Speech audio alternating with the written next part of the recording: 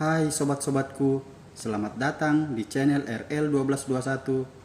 Sebelum kita melanjutkan alur cerita novelnya, jangan lupa di like and subscribe ya. Terima kasih.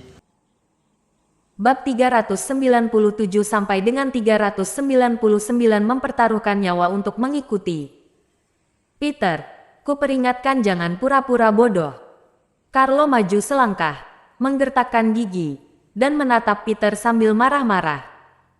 Memangnya kenapa kalau aku pura-pura bodoh? Peter perlahan menghentikan gerakan telapak tangannya, dan menatap Carlo dengan tenang. Aku malas basa-basi denganmu. Aku ingin bertemu Tante Alisa sekarang, jadi lebih baik kamu minggir. Kalau tidak, jangan salahkan aku tidak menghargai Abigail dan bersikap kasar padamu. Carlo membersihkan lengan bajunya sendiri, dan menatap Peter dengan tidak ramah. Abigail tidak butuh itu darimu. Kamu juga tidak perlu segan-segan padaku. Pukul saja kalau mau. Ragu-ragu seperti itu tidak jantan sama sekali. Peter yang duduk di kursi roda sedang menghalangi pintu dengan nadanya penuh penghinaan. Kamu. Carlo saking marahnya sampai serasa ingin menamparkan Peter.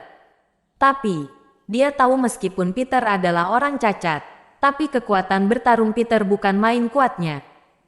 Orang seperti Carlo bahkan tidak sanggup menahan satu pukulan dari Peter. Oke, Peter, karena kebetulan bertemu, aku juga ingin memperingatimu juga. Jangan pikir hanya karena kamu bisa sedikit seni bela diri, kamu bisa bertingkah sesuka hati. Jangankan cacat, bahkan master seni bela diri dengan tubuh sehat sekalipun juga tidak mungkin bisa menghadapi kerumunan. Awalnya aku masih ingin menjaga perasaan Abigail, jadi menunjukkan belas kasihan padamu. Tapi sekarang, kamu tunggu dan lihat saja nanti. Aku tidak akan membiarkanmu hidup lebih dari 3 hari. Mata Carlo menatap tajam, dan kata-katanya penuh dengan ancaman. Seolah dia sudah membuat rencana untuk membunuh Peter di dalam hatinya. Oke, akan kutunggu. Tapi sekarang, dengarkan baik-baik. Kalau kamu berani mencari masalah keluarga ini lagi, akan kubuat keluarga Nilo kalian menghilang dari permukaan bumi. Nada suara Peter sangat tenang, dan kata-katanya juga terdengar jelas, sehingga Carlo yang mendengar itu merasa semakin marah. Oke, kamu lihat saja nanti. Carlo menunjuk ke arah Peter, lalu menggertakkan gigi dan berbalik untuk pergi. 2 kotak suplemen mahal juga bahkan ditendang olehnya. Brum! Carlo menginjak pedal gas, dan mobilnya melaju dengan cepat. Peter, apa yang kamu lakukan di luar? Saat ini, suara Alisa terdengar dari dalam rumah. Bukan apa-apa, hanya seekor anjing. Peter menggelengkan kepalanya, lalu menutup pintu. Di dalam kediaman Nyonya Besar Andrea. Carlo langsung pergi ke kediaman Nyonya Besar Andrea begitu meninggalkan rumah Abigail. Namun, sikap Nyonya Besar Andrea terhadap Carlo saat ini tidak lagi seantusias sebelumnya. Apa yang mereka tunggu-tunggu begitu lama, justru dihancurkan oleh Carlo. Bukan hanya keluarga Nilo yang dipermalukan, tapi keluarga Carmine juga hampir ikut malu. Dalam hati Nyonya Besar Andrea, itu terasa sangat tidak nyaman. Nyonya Besar, ada kesalahpahaman tentang kejadian kemarin, dan saya sedang menyelidikinya. Jangan khawatir, pasti akan saya beri jawaban yang memuaskan. Melihat sikap Nyonya Besar Andrea, Carlo dengan cepat menjelaskan dengan suara rendah. Tuan Carlo, kurasa tidak perlu lagi. Apa yang terjadi kemarin telah dikonfirmasi, dan Peter adalah pelakunya. Peter mengambil hak penggunaan Lakeside Hotel darimu. Apalagi yang perlu kamu jelaskan? Nyonya Besar Andrea bersandar di kursi secara perlahan, dan berbicara dengan nada yang sangat tenang. Ini, Carlo menyeka keringat di dahi, dan bahkan merasa lebih kesal saat menyebut tentang Peter. Hingga kini, meski bekas tamparan di wajahnya sudah hilang, tapi rasa sakitnya masih belum berkurang sama sekali. Mengingat dirinya adalah putra tertua dari keluarga Nitlo di kota Mandala, dirinya ini juga termasuk sosok keberadaan yang tidak bisa diremehkan di antara anak orang kaya di kota Mandala. Tapi, di depan Peter, dia justru ditampar berkali-kali. Carlo benar-benar tidak bisa menahan amarahnya. Nyonya besar, tujuan kedatangan saya hari ini untuk memberitahu Anda tentang Peter. Carlo terdiam beberapa detik, kemudian siap untuk berbicara sesuai dengan yang diatur oleh Henry. Tuan Carlo, tidak perlu lagi. Kalau aku ingin tahu tentang Peter, aku bisa langsung bertanya pada Abigail. Sikap Nyonya besar Andrea tidak dingin ataupun lembut, yang membuat Carlo merasa lebih tidak bahagia lagi. Tapi dia belum menyelesaikan tugas yang diberikan Henry saat ini, jadi hanya bisa menggertakkan gigi dan bersabar.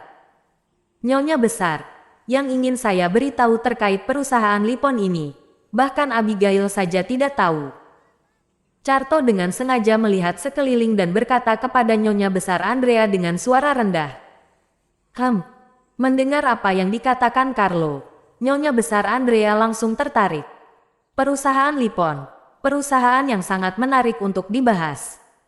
Perusahaan dengan sumber keuangan dan relasi yang bukan main kuatnya, yang bahkan membuat Nyonya besar Andrea sekalipun tidak berani remehkan.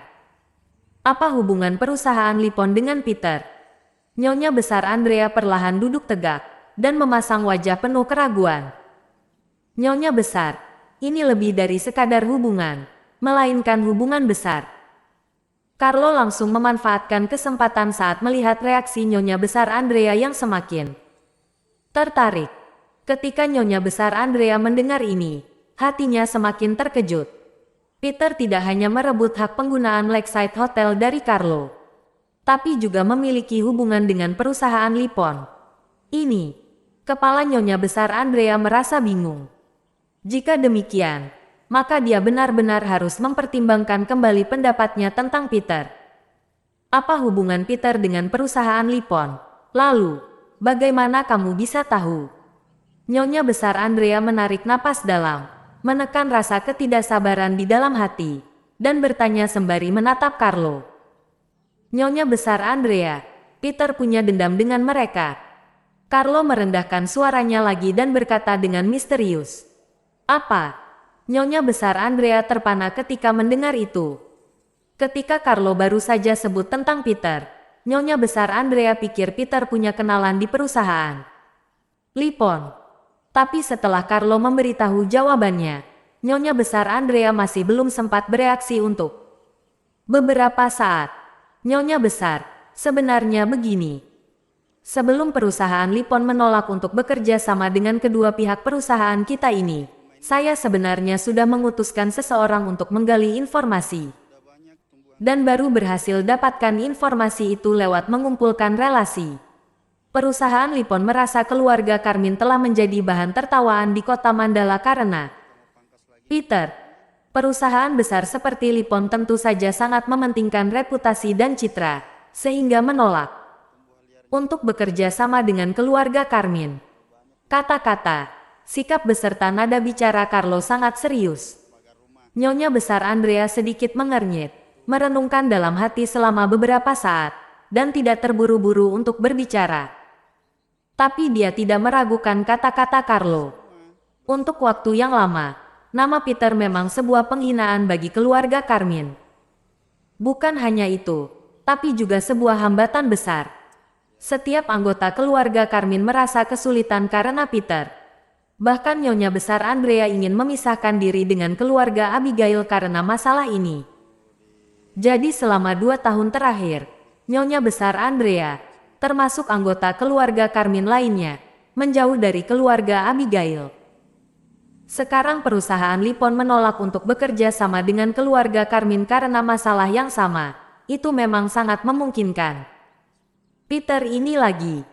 Nyonya besar Andrea menggertakkan gigi secara diam-diam, kemudian mengepalkan tinju. Dalam 2 tahun ini, semenjak Peter bergabung keluarga Carmine masih belum bisa menjalani kehidupan yang damai dan stabil. Bukan hanya keluarga Carmine yang menjadi bahan lelucon di kota Mandala, tapi Peter juga merupakan beban yang menimpa Abigail. Nyonya besar Andrea awalnya berencana untuk memanfaatkan pernikahan politik Abigail dan membawa peluang bagi keluarga Carmine untuk berkembang lebih pesat, tapi gagasan itu gagal karena Peter juga. Ditambah dengan masalah ini, Kesan baik Peter yang baru saja muncul dalam pandangan Nyonya Besar Andrea perlahan menghilang lagi. Apa ini benar? Nyonya Besar Andrea merenung selama beberapa saat, lalu bertanya sembari menatap Carlo. Nyonya Besar, awalnya saya sendiri juga tidak yakin. Tapi saya kemudian mencari cara dan berhasil menghubungi salah satu eksekutif senior perusahaan Lipon. Dia diam-diam memberitahuku bahwa Peter punya dendam dengan salah satu petinggi di perusahaan Lipon. Tapi mengenai kapan dan penyebab permusuhan tersebut dimulai, saya masih tidak tahu, kata Carlo dengan serius setelah mengangguk. Jadi, perusahaan Lipon menolak untuk bekerja sama dengan keluarga Carmine sepenuhnya karena Peter. Nyonya Besar Andrea mengerutkan kening, dan merasa semakin tidak nyaman saat memikirkan itu. Nyonya Besar Andrea pasti punya pandangan yang lebih jauh dan pemikiran yang lebih matang dari saya. Coba Anda pikirkan baik-baik, jika bukan karena ini, apa alasan perusahaan Lipon yang tidak punya dendam apapun kepada keluarga Carmine menolak kerjasamanya? Pertanyaan Carlo membuat Nyonya Besar Andrea sedikit mengangguk lagi. Tampaknya ini sangat masuk akal. Pasti ada alasan tertentu di balik perusahaan Lipon yang justru memilih untuk bekerja sama dengan perusahaan kecil daripada keluarga Carmine. Nyonya Besar Andrea biasanya cukup mempercayai Carlo, jadi juga percaya pada kata-kata Carlo saat ini. Namun, jika perusahaan Lipon menolak untuk bekerja sama dengan keluarga Carmine karena kejadian ini, lalu bagaimana dengan keluarga Nilto? Nyonya Besar Andrea berhenti sejenak, lalu mengungkit masalah itu lagi. Nyonya Besar, semua orang di kota Mandala tahu bahwa saya setia pada Abigail, apalagi kepada keluarga Carmine. Dapat dikatakan, saya bersedia membiarkan keluarga Nilo mengalami sedikit kerugian demi membuat perusahaan keluarga Carmine berkembang lebih pesat. Dalam pandangan orang-orang luar, kedua keluarga kita ini seperti terikat satu sama lain, yang berarti keluarga Nilo kami. Ketika berbicara sampai di situ, Carlo berhenti sejenak.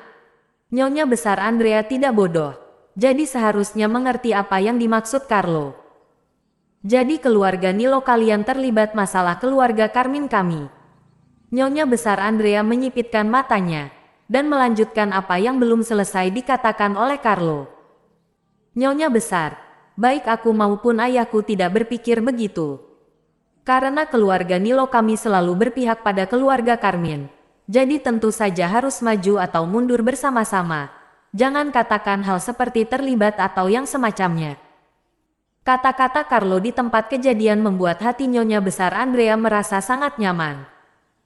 Kalau begitu coba beritahu, apa yang harus kita lakukan untuk menghadapi masalah ini? Sikap Nyonya Besar Andrea menjadi jauh lebih santai, dan meminta pendapat dari Carlo. Nyonya Besar, saya sudah punya relasi dengan seorang petinggi perusahaan Lipon.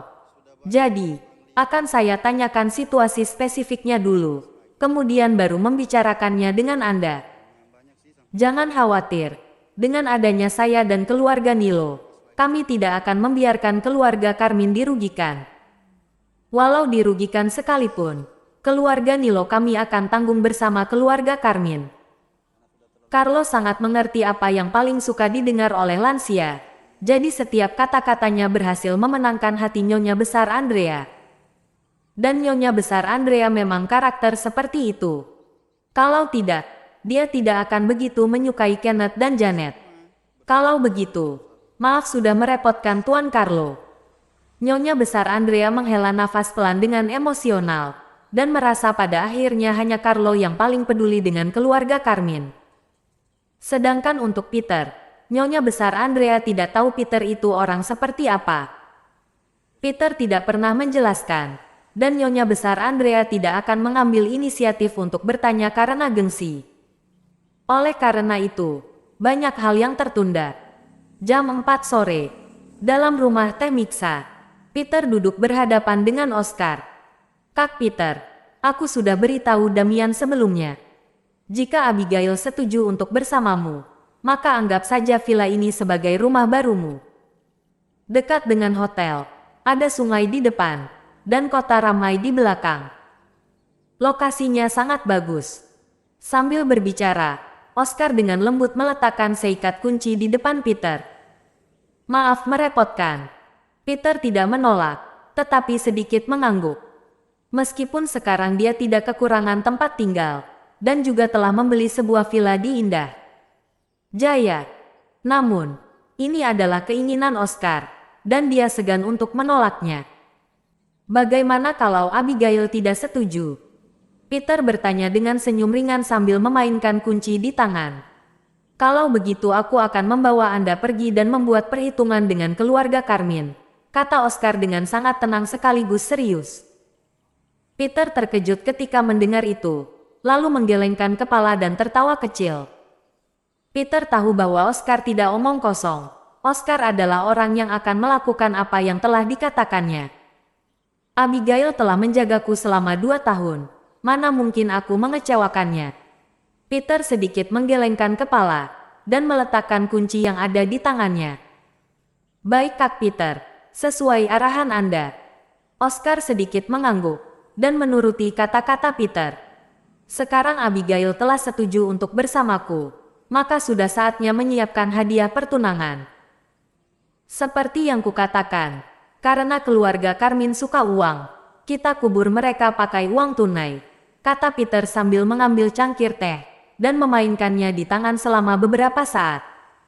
Tidak masalah Kak Peter, kapan uang tunainya dibutuhkan? Oscar segera menjawab sembari menepuk dadanya sendiri. Dia tidak akan mengabaikan apa yang telah diatur oleh Peter. Mendengar ini, Peter menundukkan kepala secara perlahan dan menatap kakinya sendiri. Kaki Kak Peter sebentar lagi akan pulih, kan? Tanya Oscar saat mengikuti tatapan Peter dan melihat kaki Peter selama beberapa detik. Iya, seharusnya akan pulih sebentar lagi. Peter tidak menyembunyikan dan hanya mengangguk sedikit. Hoa! Oscar tiba-tiba berdiri dengan ekspresi penuh semangat.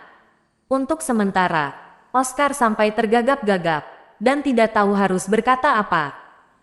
Oscar bahkan tidak pernah bersemangat seperti itu walau memenangkan pertempuran sekalipun. Ada beberapa perhitungan yang harus diselesaikan. Ada beberapa musuh yang sudah waktunya ditemukan satu persatu. Peter menyipitkan matanya dan berkata dengan nada dingin. Mendengar apa yang dikatakan Peter, Oscar semakin menantikannya.